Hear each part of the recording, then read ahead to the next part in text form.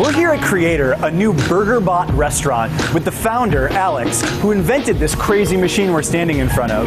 Maybe you could tell us, how did you get into the idea of building a BurgerBot? So I grew up flipping burgers, and parents got a restaurant. I've made maybe tens of thousands of burgers in my life, and when your job is to make something like 400 of the same burger every single day, you realize that there are a lot of opportunities to make it just a little bit better, except didn't have the means. So I thought, okay, if better kitchen tools help me make a much better product, why not just take that to infinity?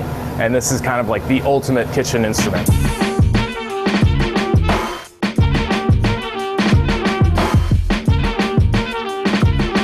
We just spent sauce down to the milliliter. We just spent seasoning down to the gram. There's 11 sensors to watch the temperature of the beef and some AI to make sure we lock in the doneness. When we grind the meat, we literally align the meat in the patty to go along with your bite kind of vertically as your incisors come through, so you get a lot of advantage on the texture side of things. So the burgers are tasty, and I'm absolutely surprised that they only cost $6. But my question is, what is this going to do for the future of work and all the people that already work in these kind of restaurants? So, I grew up making burgers, and that type of job is really close to my heart. And so I thought, okay, if I'm in a position where my job is to do something repetitive all day, how can I make a place of work where I can move from that into doing something that's either more creative or social? And so this place has a decent sized staff, actually, that we're paying everyone $16 an hour. On top of that, we're able to give people a 5% time, meaning 5% of the time on the clock, they're spending that reading a book or doing something that's going to benefit them in the long run, as opposed to what I was doing growing up, just doing this over and over all day. And so I think what we're going to see is an enhancement in terms of our collective skill set, moving into things that are just generally more fulfilling.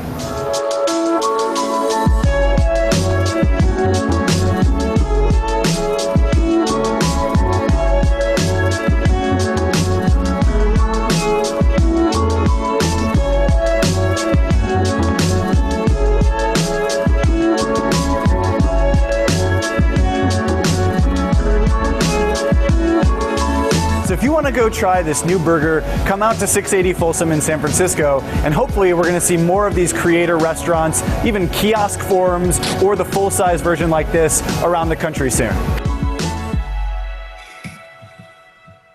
That cheese just melted right in. Eat burgers all day long, or like, are you sick of burgers yet?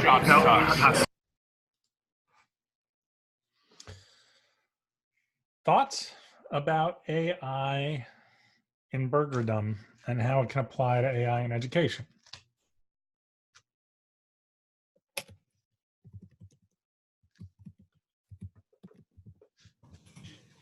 Cindy.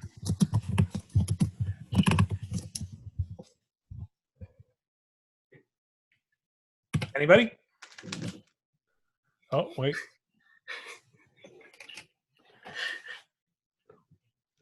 Yes, the robots are coming for your job.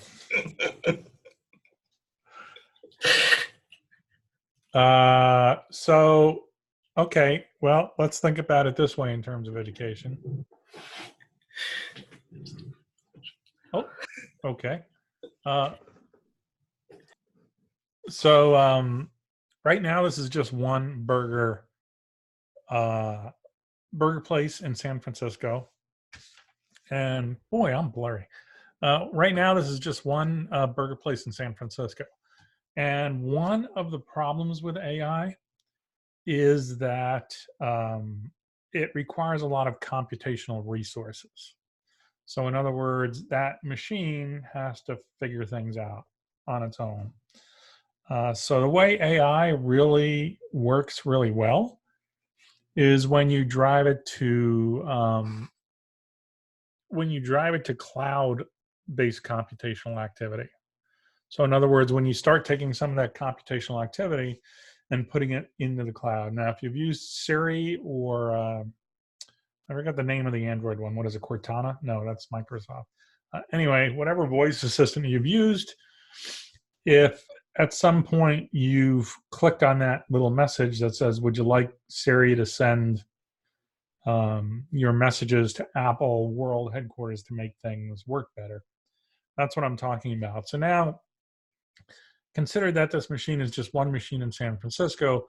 What happens when this company branches out and every transaction, every record that you have left with this company, the number of times you've been there to get a burger, is available in that cloud-based format. So now you can have your burger in St. Louis, for example, and this machine already knows what you want.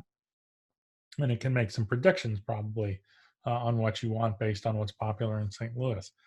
So those are some of the things we're looking at in terms of AI is, yes, we're using AI, but some of that computational power that's required to pull it off is moving into the cloud. And that's got some repercussions for education in terms of the services it can provide from both an administrative standpoint.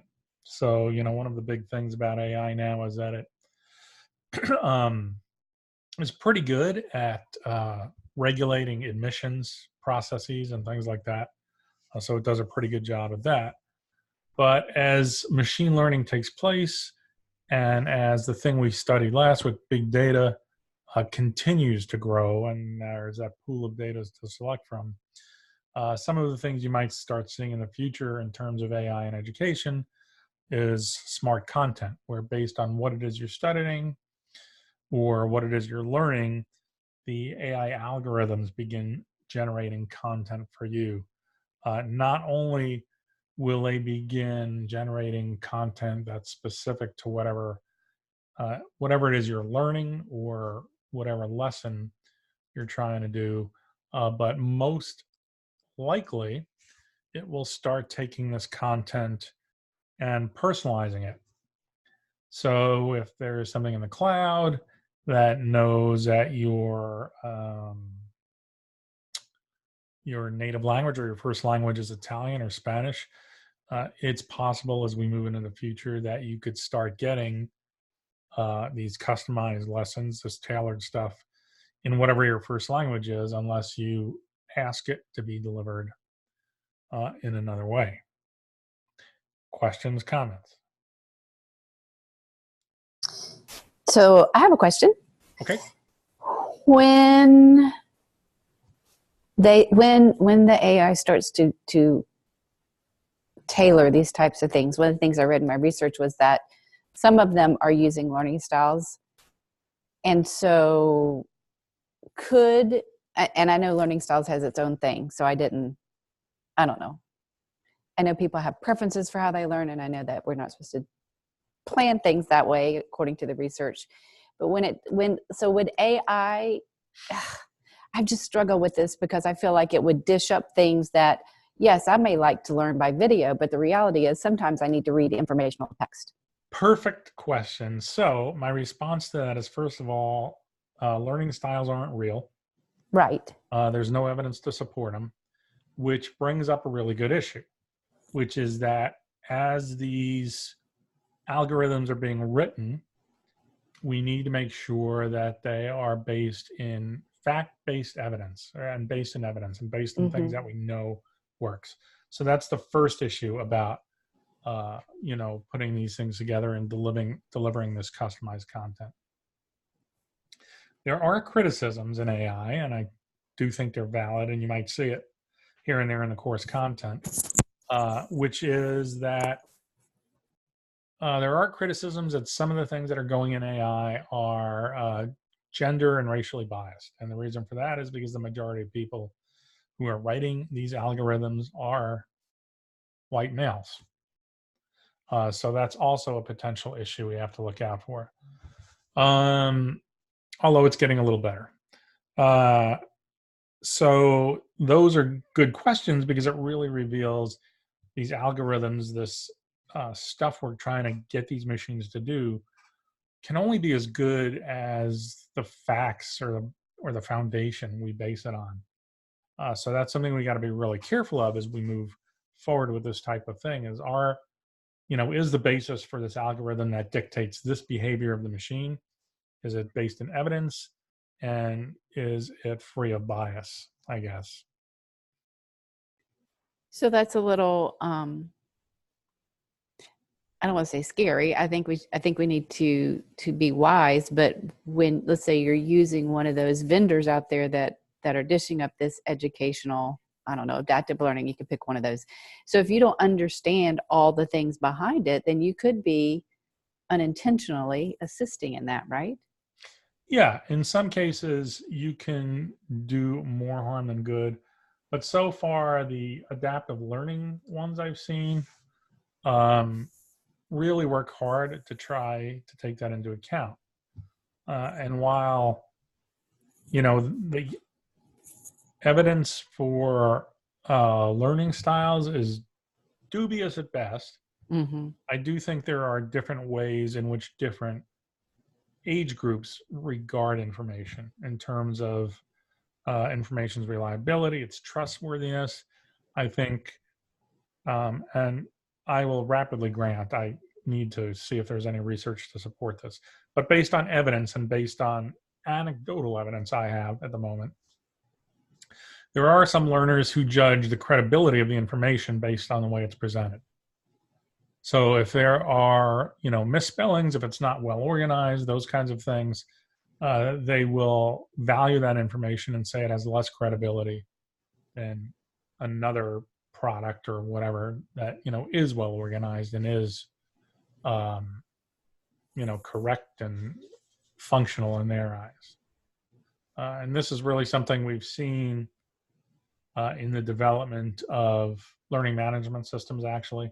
Mm-hmm. So, depending on the age, depending on their age, there seems to be a way in which people view or interact with LMSs. It's that old joke, Facebook is for old people. A lot of people now will say, yeah, Blackboard, that's for old people. That's how old people learn. So yeah, I mean, one of the things I hope that you've noticed in this course so far is that all of these technologies open up these just kind of gaping ethical questions. So for big data, it was privacy. For M learning, it could be something like, where does the line between the personal and the professional end? And am I on duty 24/7?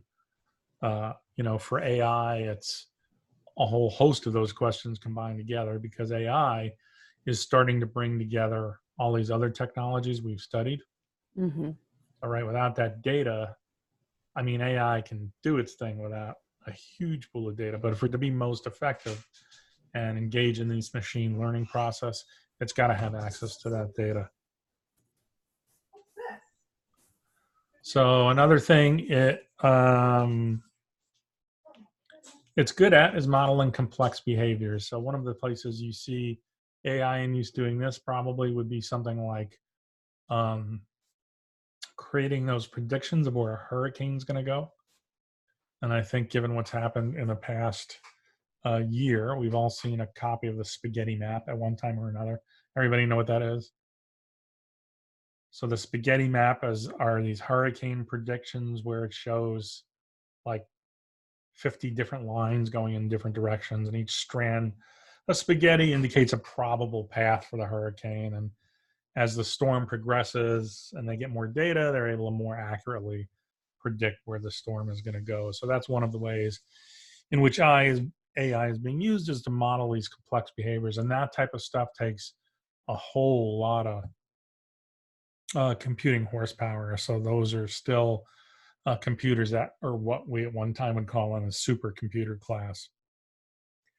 But I think as time goes on, you're going to start seeing AI being used, and this will scare you too, Cindy, being used to predict student behavior. And it already is in some respects. One of the things that they're looking for it to do is to help identify learning disabilities. And the way, they're trying to, I would assume, do that is there are certain diagnostic criteria that are attributable to certain learning disabilities. And then based on the data they're gathering, if they're a good fit for these diagnostic criteria, then maybe it's time to, refer that student to a counselor or something and, have a talk with them, or do those sorts of things. So that's kind of an administrative function, I guess, also of AI that they're looking to fulfill.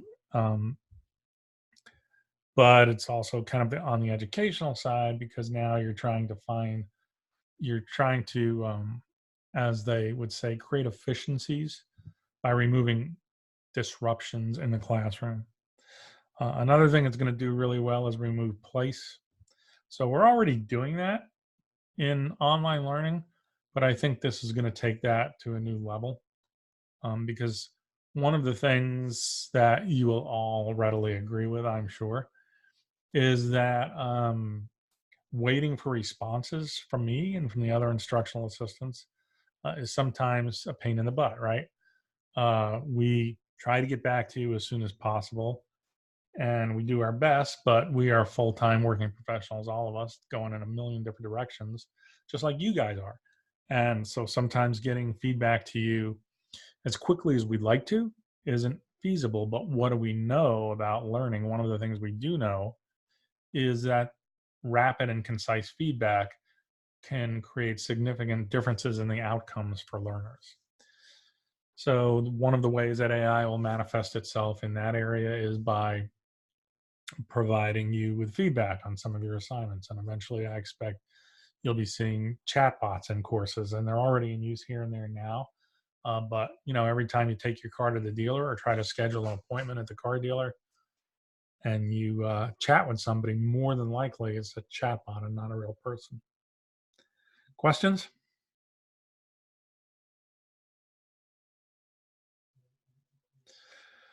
So another good place that AI is going to have create efficiencies in learning is through personalized tutoring. Um, Let me rephrase that: personalized tutoring. Uh, so, sorry. Um, so, I think the way you can envision that working is fairly logical. It's going to take the data that it's getting and it's scoring, exams. Right now, it is being used to score written exams, and the efficiency of that process and the accuracy of that process is increasing all the time. I remember that I went to a conference no more than 8 years ago, probably, and ETS, Educational Testing Services, was there giving a presentation, and they're like, the gist of their presentation was there is no way that a computer is ever going to be able to score these written essays. Well, in 8 short years, we've made those types of progressions in technology. So is it a 100% surefire process? No. And generally the way it works is it can take it to a certain point, and then at some point human intervention may be necessary, but not 100% of the time. So a lot of these essays may just be graded and never see human eyes. Another place you see this type of technology in the organizational workspace is in what they call ATS, applicant tracking systems. So when you apply for a job, this AI is applied. It does a comparison between your job application and the job description, and then it provides you with a ranking based on the types of skills and words they're looking for to describe what their expectations are for the job. And generally speaking, in most cases, if your resume doesn't score an 85% or better from the AI, a human's never going to see it. So, that can manifest itself back to learning through scoring exams and looking for other telltale clues that students are needing help or that they're not getting a topic. And then it's a matter of creating some type of tutorial or something, or putting something out there. Questions?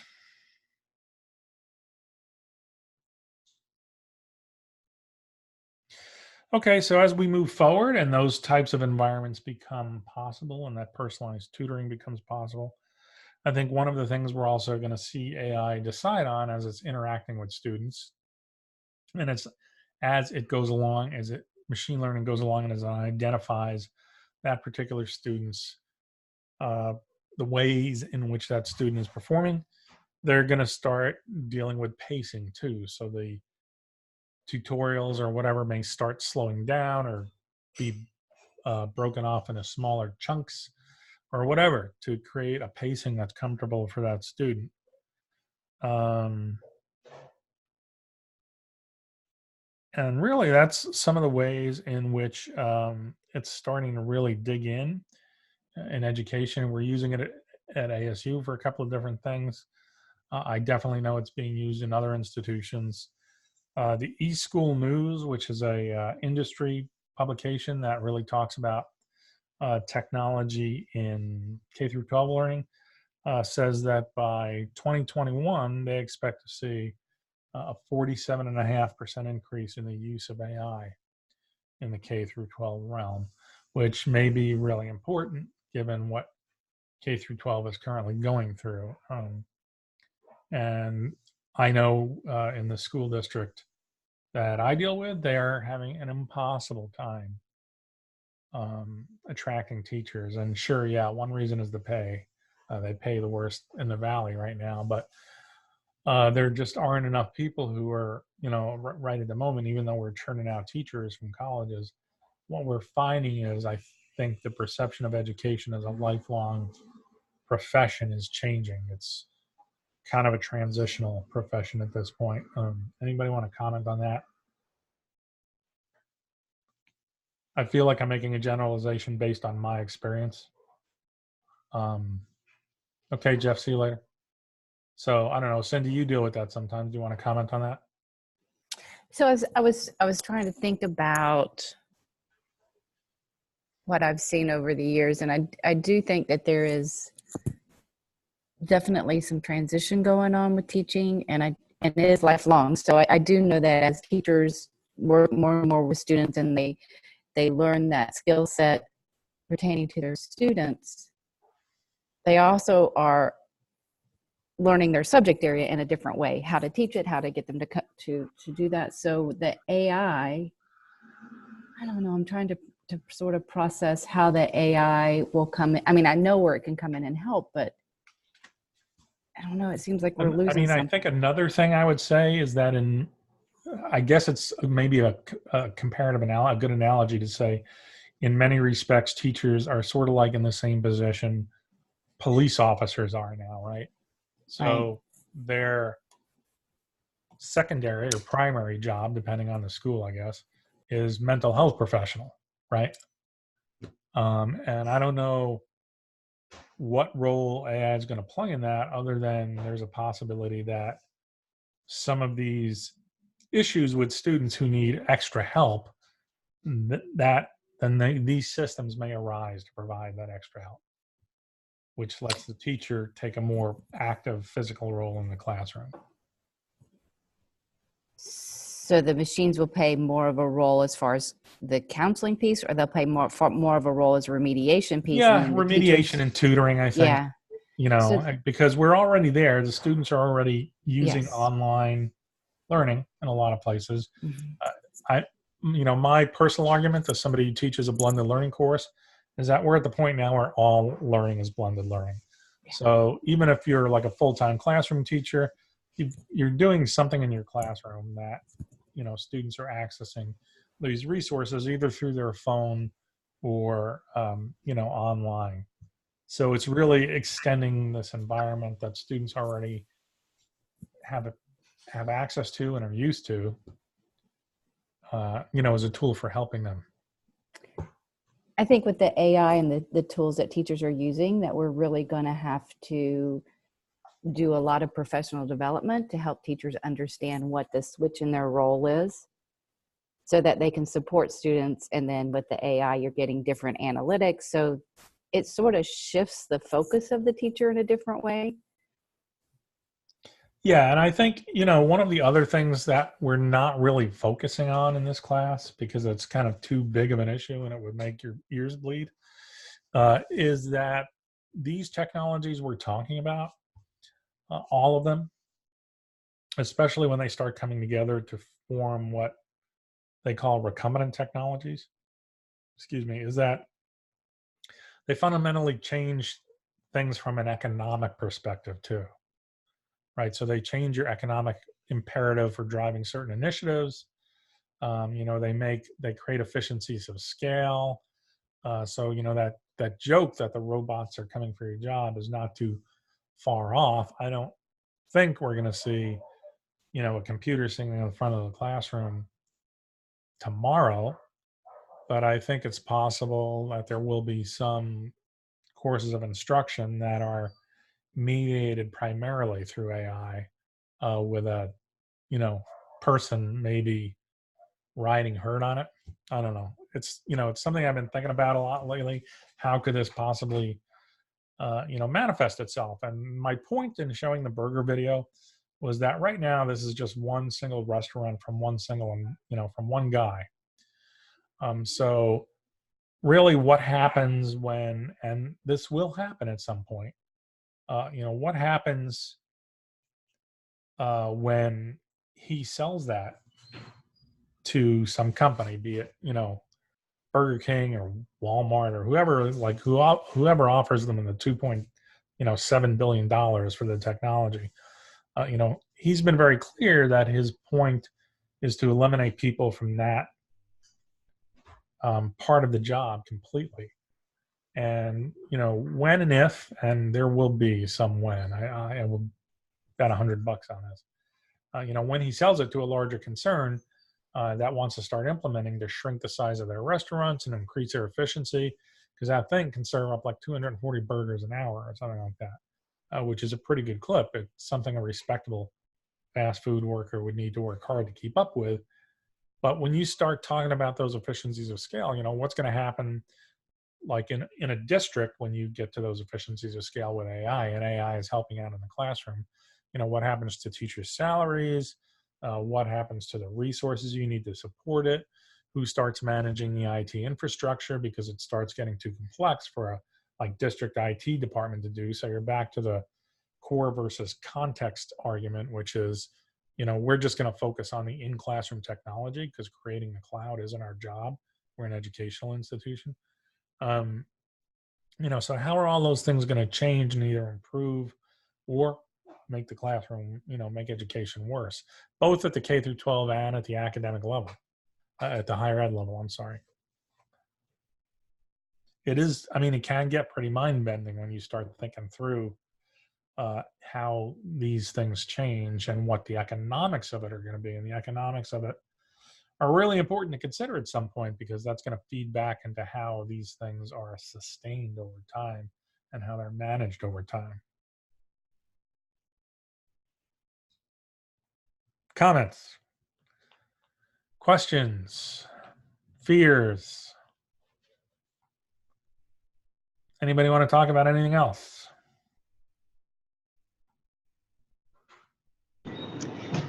Dr. Salk, I have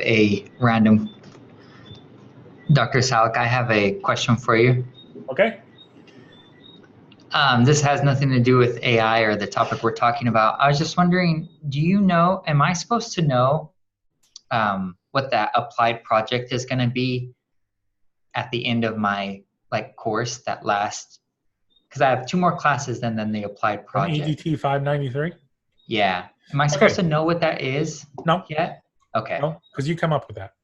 So in EDT 593, you will assume the role of a learning design consultant. That will be your role in the course. And I usually send out something 6 weeks to a month before the course. And this time we're actually going to try a Zoom orientation for the course. And you need to go find something to do as a project. So you need to work with an organization, or you need to work with somebody outside of your normal workspace. So it can't be something you're doing at work. And it can't be, there's a couple of caveats. You can't reinvent the wheel. So an example of that is you can't say something like, I want to train my staff to do Google Docs in the classroom. That's not a viable project because Google already has a certified program to do that. So you can't reinvent the wheel. And the other caveat is you have to make sure it's instructional and not informational. There's one other thing. What's that one other thing? I'll send you the Cool. Yeah. the little blurb on it. But one of the problems we have is that some people in the past have tried to do these projects which are informational, right? So something like I want to inform parents about, I don't know, positive behavioral intervention systems in the schools. Well, the way that came out was it was just an informational project. There was no teaching, no assessment in that project, so it didn't meet the criteria for the project. So now I'm pretty explicit about saying it's got to be instructional in nature, right? There has to be something, you have to identify an instructional problem or a training problem. So what you do is you go out and you find an organization, find somebody within that organization that's willing to act as a sponsor or a mentor. You can use those terms interchangeably. Identify a problem within that organization that can be remedied with training or instruction. And then you create an instructional project. So it's like all of the courses in the program smushed into one. Sure. Okay. And well, thank you. And yeah, I'll bug you more about it down the road. I was just kind of curious. So you're looking for fall of 2020 for that? Yeah. Yes. Yep. Okay. Yep. And the only thing I want to say with like this AI and all of this technology is that education, it can't really get much worse. So I think we got to take an optimistic approach for sure. I'm excited about all of it. There's cool things. I mean, there's really stuff to be optimistic about, but where I get,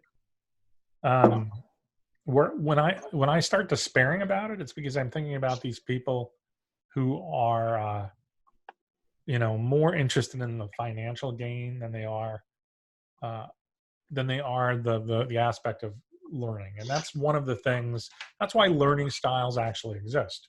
Learning styles actually exist because large educational companies figured out they could make profit and money by creating learning style inventories and curriculums to address learning styles. And that's where I have a big problem. Should you limit the way you teach to one way? No, that's crazy. You should use all kinds of modalities for a whole boatload of reasons. But, so that's where I get bogged down. That's why sometimes I have negative aspects, it's like the profit incentive. Should you be able to make money in this space? Sure, that's appropriate, but not at the expense of student learning. Other questions?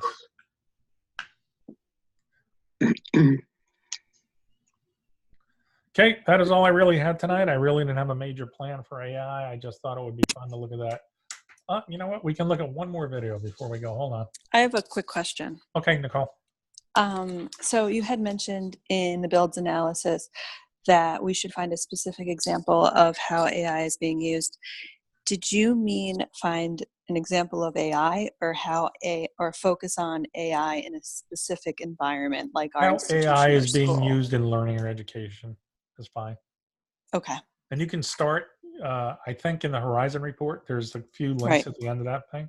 So start there. So let's look at one of these AI things that directly impacts learning real fast, and then we'll call it a night.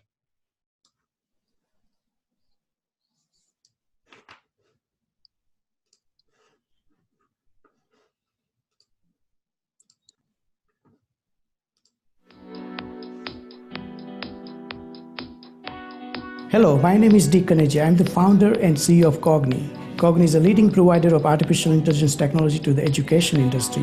As you know, education is moving online. Students are learning in online environments, in virtual schools, or massive open online courses, where one of the major challenges is that of assessment and feedback. Students either take multiple choice-based assessments, which doesn't measure the learning in the best possible way, or they write an answer that needs to be graded by teacher, which takes a significant amount of time and effort. As a result, education doesn't take as effectively as that takes place in a classroom. With the help of artificial intelligence technology, Cogni has developed a solution to this problem. Cogni's virtual learning assistant provides instant automatic grading of students' open response answers. It also provides them with personalized tutoring feedback that can guide them towards conceptual mastery in the best possible way. We use technologies such as natural language processing and machine learning that has been proven to be as effective as human in controlled studies.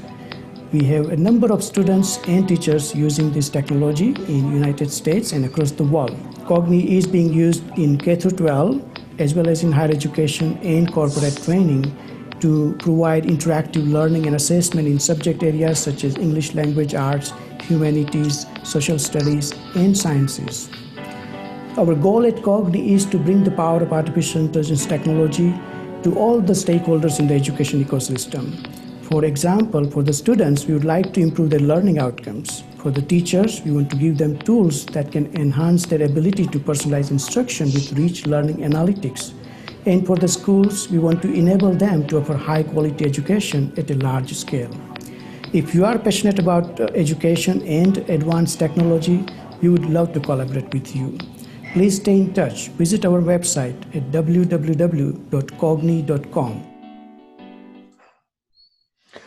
So you can see in that video that he covered some of the things that I was talking about.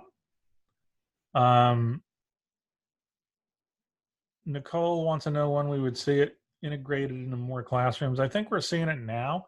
You know, that's one of the tools. There are even some tools that are fairly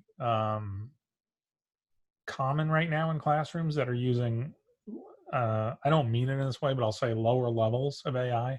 So one of those is Quizlet, uses some AI functionality. You know, my heartburn with these things that I was just telling Bronson is that, you know, Newton is a huge one for adaptive learning. And these companies can only get so big because of the behemoths in the education industry. You know, and this is why I'm concerned with the economics and things of it. So Newton got to the size where they finally got acquired by Wiley. So now, you know, Wiley owns them. So it's another one of these major publication houses focused on education that governs a lot of what is available to us and what we can do in education, because they control the flow of information in many respects. Okay, questions, complaints? Everybody good? All right, let's call it a night. A little early tonight. I really don't have much more. Unless anybody else has a question, I'll hang out here for a couple more minutes. If you have a question, stay and ask a question.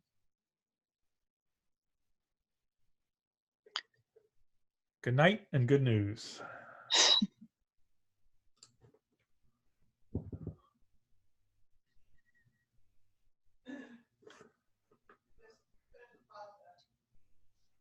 Okay.